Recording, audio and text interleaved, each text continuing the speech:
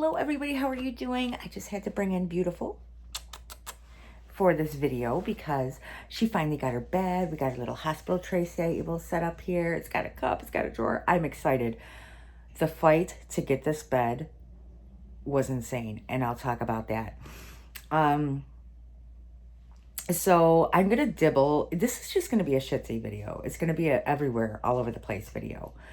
And I'm gonna just talk about some things that have been going on, you know, things that we've been doing, and giving you guys a Holly update. Her feet are dirty, and these are brand new sheets. It's okay. Anyway, sitting here talking about her dirty feet. So we've had a few appointments go on. I have been posting things over on Twitter. So she finally got stronger from the hospital. We were really concerned about her hips because she was in a lot of pain after the hospital. She deconditioned a lot. Her legs were shaking. When she walked up the stairs, she screamed because it caused her pain. She was so deconditioned from this hospital stay. And I actually looked up some, because of this virus that's going on, it's hard to get any in-home therapy. So what I did is, YouTube is a wonderful thing, guys. I just want to say that YouTube is an amazing thing, because you can find anything under the sun on YouTube. Swear, you just can. So I looked up some physical therapy over on YouTube. Are you falling asleep? So I looked up some physical therapy over on YouTube, and we were doing some things with her, and it has helped significantly. Today we had her over at ortho because I feared that her, you know, something may have happened with her hips, and the x-rays are no different than what they were in October. So we're really happy about that. So let's talk about this bed. Okay, this is an adjustable bed. Wait. She got a massage. Hold on. Yes, she does. Wait. Here's me trying to find the button.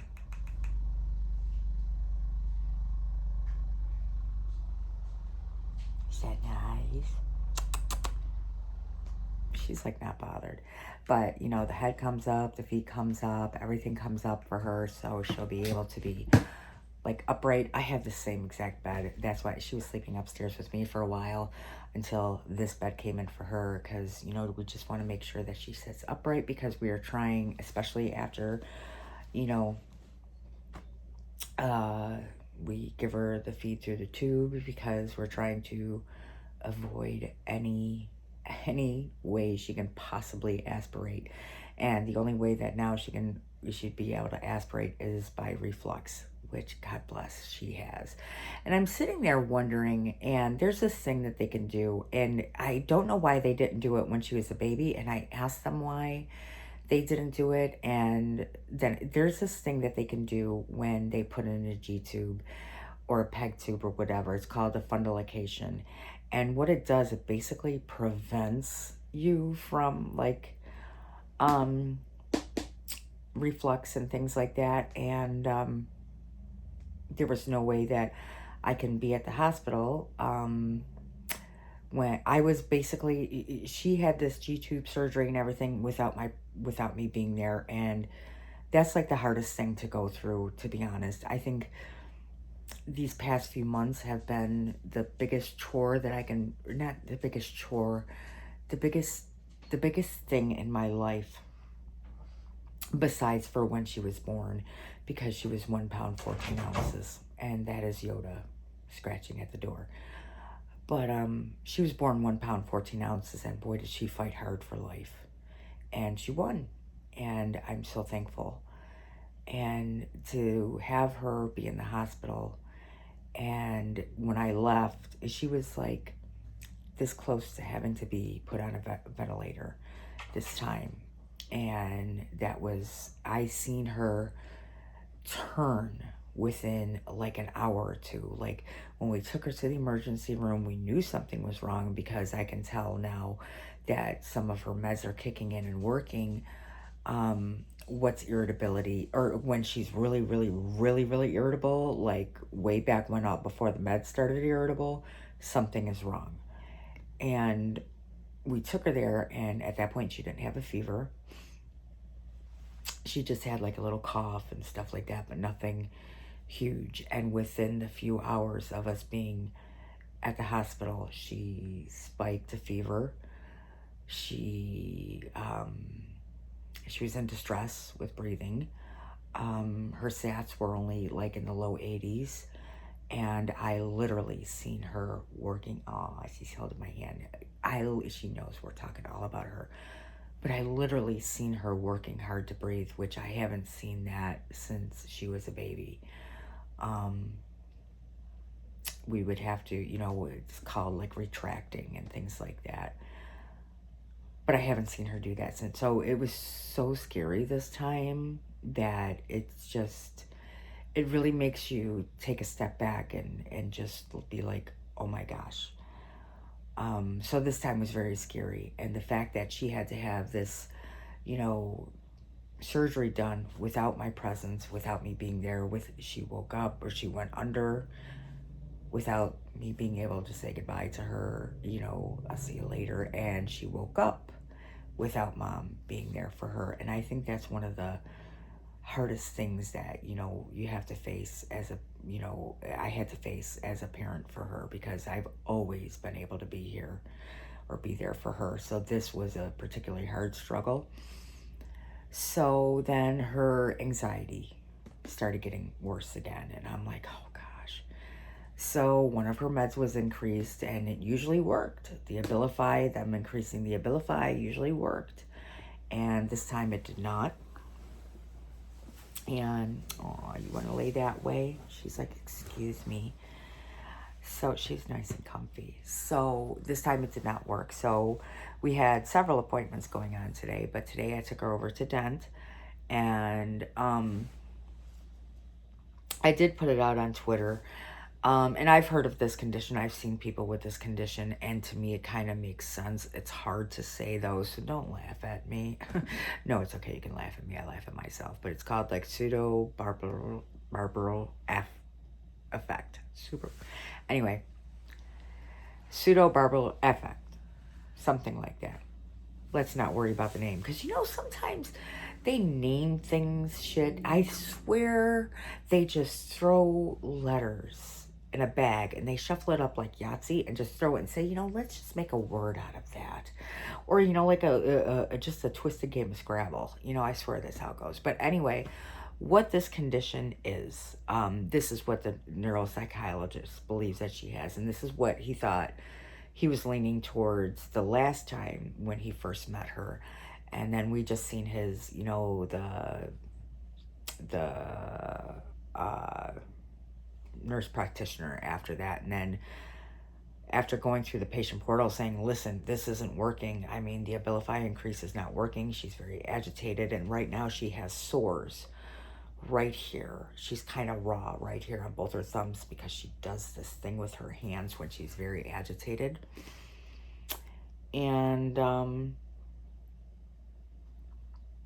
I knew, I'm like, oh, it's not working. And of course, everything had to shit off on the 4th of July weekend, because, that's just when shit happens, either on Christmas, New Year's, always around the holidays, something has to happen, medical wise, when everyone's just like closed. But 4th of July, she was fantastic. She didn't get agitated until nighttime, so she had a very wonderful 4th of July. Billy had a very wonderful 4th of July. We had a very wonderful 4th of July. So out of all the days, that's the only day that she was really good. And it was really nice because she watched the fireworks and everything, so it was great. But that's why I said this is going to be a longer video. I just wanted to do this update and give like, I know I've been doing a lot of things on Twitter, but I like to just wanted to do a sit down video and kind of explain and just go through what's going on. So anyway, this is what they feel that she has, and it makes sense to me.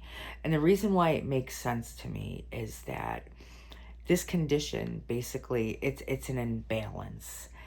And like it's like a nervous system like imbalance, like things aren't matching. And you will laugh for no reason, you will cry for no reason. And she has been in a full-blown fit of crying, and then she'll start laughing. and then she'll go back to crying. So that's why this diagnosis really does make sense to me, because when she's really, really agitated and she's throwing this big fit, she's screaming, next thing you know, she'll bust out with a laugh. And it just might sound silly, but I mean, take it for what it is. But today, the neuropsychologist, it was actually the doctor, neuropsychologist, seen her, and she was, I did not give her Ativan. She was fussy up there, and I'm like, oh no, I'm waiting. And naturally, it's one of those appointments that your appointment's at 8 o'clock in the morning, but you don't get back there until like 8:35. But I was waiting, and I'm like, you know what? Nope, I'm not going to give it to her. I want him to see her for what's going on, because he's never physically seen her. Like, I showed him a video and things like that, but for her to actually be having that episode and to go through that and for him to see it, it kind of really made sense to him. And he's like, because he sees that she does the moaning, the stimming, things like that. So they put her on a new medication today, specifically to treat, we'll call it SBA, because girl, yeah, I'm not going to keep trying to say that word. So we're hopeful, and this journey has been, oh gosh, it just like started in October. Like, her life just poof changed, and it still blows my mind. Like, October, I mean, because she always was irritable. I mean, I'm not gonna lie, she's a typical little teenage girl. She was irritable. She was doing her thing, but she was always irritable. But one day it just was like a snap, and it's so hard to explain. And just fighting for her, doing everything that we can to get her better and to give her the best quality of life that we can is our goal. If you hear something in the background, Billy's got his TV loud as hell. He's just having himself a good old time, and she's sleeping. She was tired. I just got home from work. So anyway, the ortho appointment, when we took her there, her hips are no different, which I was very thankful for, because her hip, one hip is this way, the other hip is this way. One ball is in the socket, the other one in, out, and the only way to fix that would be a very extensive surgery. He explained to me today what he would have to do. They would basically have to, they would have to shave some of the bone off here, flip it down, and then shave some of the, I'm like, oh my God, that sounds painful just looking out, that they would have to take some of the bone, and then they would have to it's a lot. It just to try to even out her hips. And not only does she have dislocatable hips, she has a shifted pelvis. The funny part about today, though, I'll tell you the funny. So she gets her x-rays done, and the doctor pulls the x-ray up there, and I'm like, oh, and after he showed me, I looked, I says, she looks constipated. He said, I can't believe you. He goes, well, yeah, she kind of does. He goes, and I can't believe you noticed that. It's just a thing. I'm like, but she looks constipated. We'll have to give her something for that. So that was kind of cute. But yeah, we're just, I'm glad that her hips are okay. I'm not putting her through that extensive surgery. Now let us talk a little bit about why she aspirated. She got aspiration pneumonia 4 times in a 3-month span. The first time she was hospitalized, not for too long. And then we just did follow-ups, Then we just did follow-ups. And the other times we took her to urgent care, that's where we followed up, pediatric urgent care, and then they found it again. But she has, her heart, she has an artery. And instead of the artery going to the left, it's going to the right. And that is what's compressing her esophagus.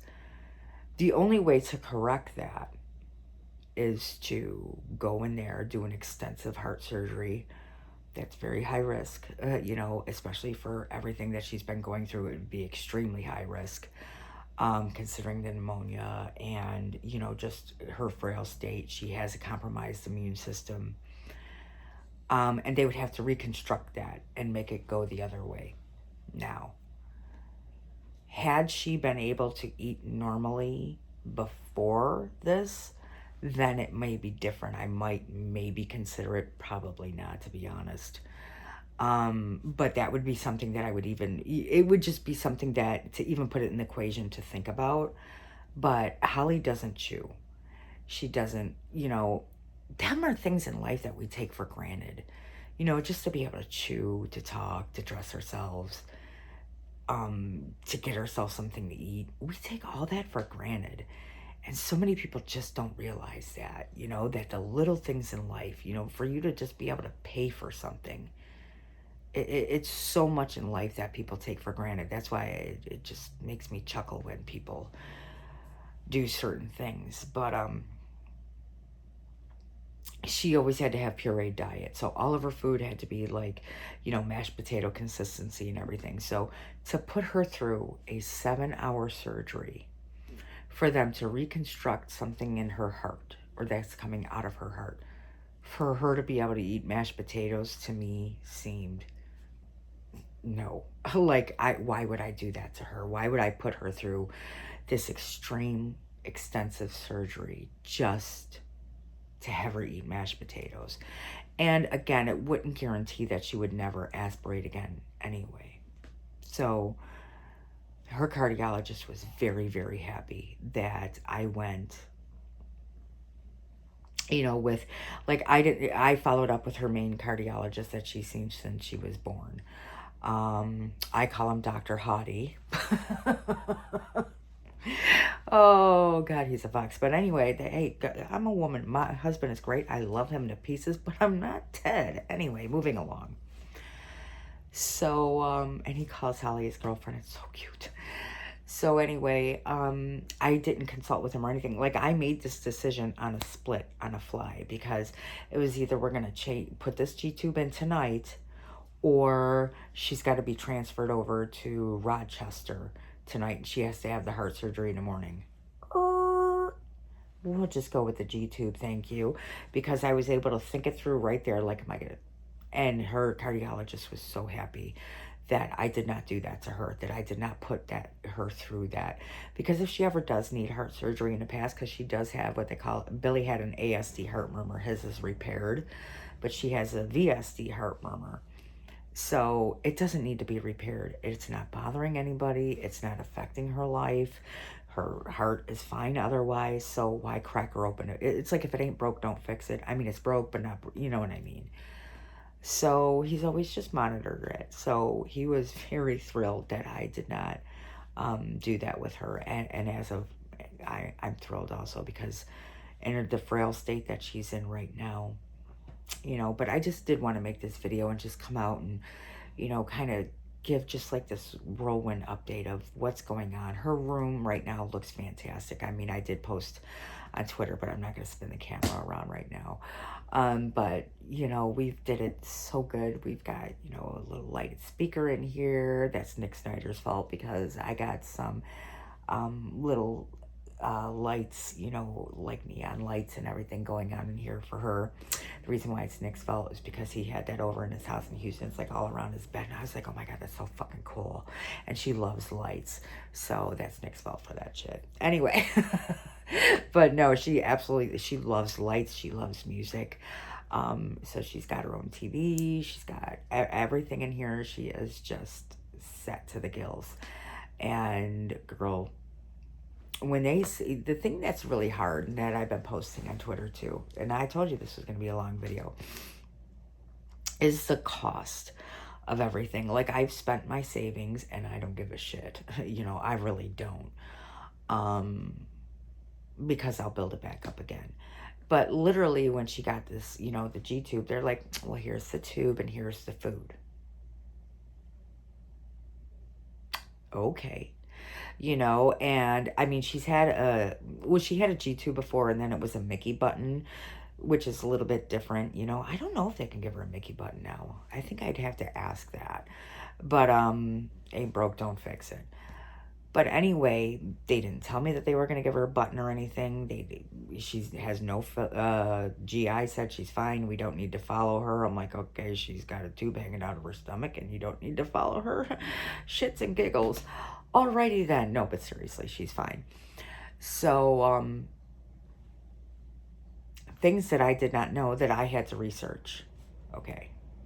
So I go on Amazon. Amazon loves me. Oh my God, do they love me? But anyway, so I go on Amazon and I type in G-tube supplies. Some things I knew, but girl, things came up. Like, I already knew I had to buy her them little pink things, you know, to do the oral care on her mouth. And I got her special mouth rinse, you know, for her mouth. And I got her the vitamin E lip stuff. I already knew about all that.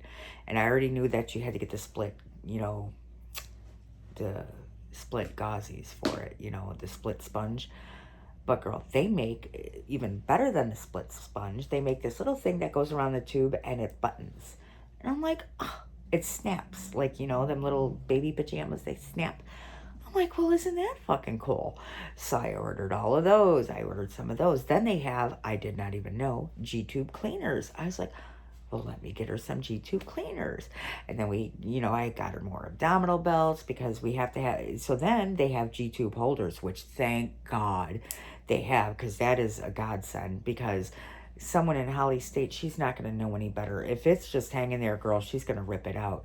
And what they did in the hospital, which was awesome, is they just put like an abdominal binder on her. And I'm like, okay, cool. But if she's walking around, that's going to slip out of the abdominal. That was my worst fear, is that she's going to grab it and yank it and we're going to be screwed, which she did do when we first brought her home. And oh my God, that was a heart attack. But now she doesn't really mess with it.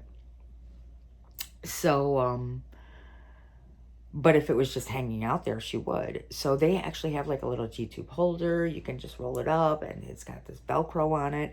So she is like triple protected. She's got, you know, that little snappy thing. She's got the G-tube holder on. She's got the abdominal brace on. And then we put a cami top on, shove it in her little, you know, pants, you know. And that, so she's like, if she gets that sucker, it would be a miracle. She's not going to get it. But just, you know, they have G-tube cleaners, they got this supplies, they got that supplies, and just looking at all of these supplies, I'm like, I still can't believe. I mean, you know, I've been in the healthcare field, I know about like G-tubes, but unless you're dealing with one, you don't know everything that you need. And I just still can't believe the extent of knowledge that I got is like, here's the tubes, you know, the syringes to feed her, and here's the liquid, you know, food that goes in it. Bye-bye, have a nice day. And the abdominal binder, you know, and you know, some of the pink things is flick up. But they didn't tell me that there's a way to clean the G-tube. They didn't tell me that there's, you know, other things that I was able to get, like the little snappy things and stuff like that, you know, because, and then all the, you know, I make sure that I got all the stuff oral care. I don't give a shit that the oral care stuff, if it costs $39.95, I don't care. It's, you know, you only get the daily fun. You only get, you know, one set of adult teeth. I mean, I wish you got two, because man, I'd be happy as a damn clam. So meanwhile, my teeth are just gonna rot out my mouth. I ain't paying to fix a damn teeth. Just not. I'm kidding. I'm just gonna, you know what I wanted to do? I wanted to like sit there and have somebody like throw a baseball at my hit me in the mouth with it and go to the emergency room where they have the dentist and be like, my teeth are bugged up, can you because I think in an emergency situation they would. I am so cheesy, I know, but don't laugh at it. I try to give these guys giggles. But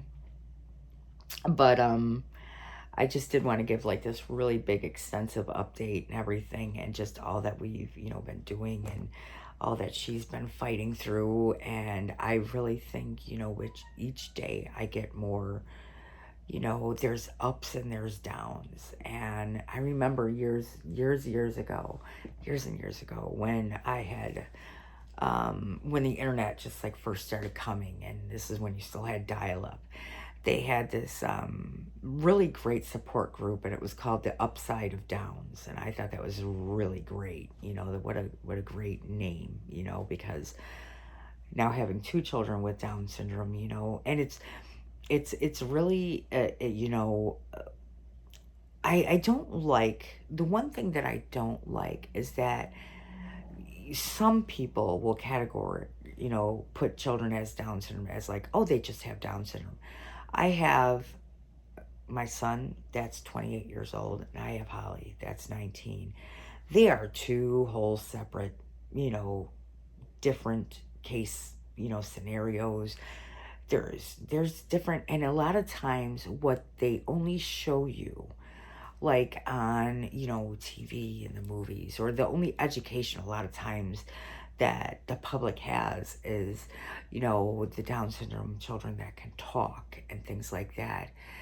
There isn't enough information, or, you know, things out there for new parents that not all Down syndrome children can talk, because again, it takes a lot of muscle tone to be able to talk. And it's not usually because of it's an intellectual thing that they can't talk. It's just because it takes a lot of muscle tone. I mean, that's something you wouldn't even think of, you know, as you're sitting here talking. You know how much muscles you're using. And children with Down syndrome have low muscle tone. And not all Down syndrome, you know, in fact, most Down syndrome are nonverbal. Billy can say words, though. He can. He can say mom. He calls Holly baby. You know, he can say words. He can't say a full sentence, but we know what he wants, and he knows how to communicate, and he can work a computer, or he can work his TV better than I can, girl. Yeah, I'll be like, Billy, can you put this on what it's supposed to? Like, if I have to call Billy to put Netflix on for me, there's a problem. I don't know how to get the Netflix. I know how to navigate Netflix. I just have a... I work too much. I don't play with TVs. But he is really, really smart. He's great. You know, he's really great. And there's so many different, you know, aspects to Down syndrome. You know, not every case is the same. And that's one of the pet peeves I think that I have about, you know, like what's in, you know, what people show in your television movies and things like that. They really don't show that, you know, all Down syndrome are different. You know, they're not all verbal, and, you know, the variations, and, you know, like some have different muscle tone than others and stuff like that. And I wish they would really show all the stars of all, you know, I mean, I'm glad that Down syndrome is, you know, coming up, but there's also a ton of other disabilities that aren't getting the attention that they deserve and the awareness that they deserve. And I just, you know, I think it's great that we've made many strides in life to accept and everything and learn and stuff like that. I just really think we have a long more way to go, because there's so many wonderful, amazing children and adults out there with disabilities that are just the most amazing people you'll ever meet. So I just wanted to, you know, just give you this extra long video on what's going on with Holly and how she's doing and how we're fighting. And I'm hoping this new medication is going to work. And I have high hopes, because this diagnosis really does make sense. You know, bipolar really didn't make sense. Schizophrenia really didn't make sense, you know, but it's like, you don't know. But to sit there and say, you know, when you can laugh and cry at the same time. And I have seen, you know, people with that. And the sad part about this condition, well, that condition, is that to see somebody just start crying and they don't know why, and they can't stop, and they're like, I can't help it. You know, I mean, I know people, you know, with depression and other mental health issues, obviously crying, but to just be in a full out cry and then all of a sudden just start laughing, and to be unable to control that, like there's no reason why you're crying, like you're not depressed, nothing's going on, you just cry, and there's nothing funny going on, you just laugh, and there's really nothing. It's a misfire, you know. And the human mind is tricky. It really is. But I really do appreciate you guys so much for everything that you do. And I do have merch for Holly. It's Strong and Beautiful, because she is Artfully Elise, wonderful artist. She's the one that did my Mama Bear. I thought she captured Holly so beautifully. I mean, I'll put the link down below if you want to check it out, but she did such a wonderful job, and you know, making that picture. I'm actually getting it, the art, did you ever hear of Fracture, where they make things, they put your art on glass? Miranda, my daughter Miranda, I got her one with her cat Cosmo, and she just absolutely loves it. That's beautiful. If you ever want to go and check out Fracture, it's amazing. They literally make the picture and go, oh, it's so beautiful. So just a shameless shout out to Fracture. That it's great. So thank you guys so much for being here and supporting us and being part of our lives, and you know, rooting for her. And all your love and support means more than anything than you will ever know. It really does. But you know, we're gonna fight for her every single solitary day, and every good day she has is awesome. And when she's having a bad day, we're here to comfort her through it and do the best that we can. But hoping the good days start outweighing the bad. That's our goal. So, as always, guys, thank you so much for watching 5 seconds, 5 moments, 5 minutes of any one of my videos. Your love and support always means so much to all of us. Kisses.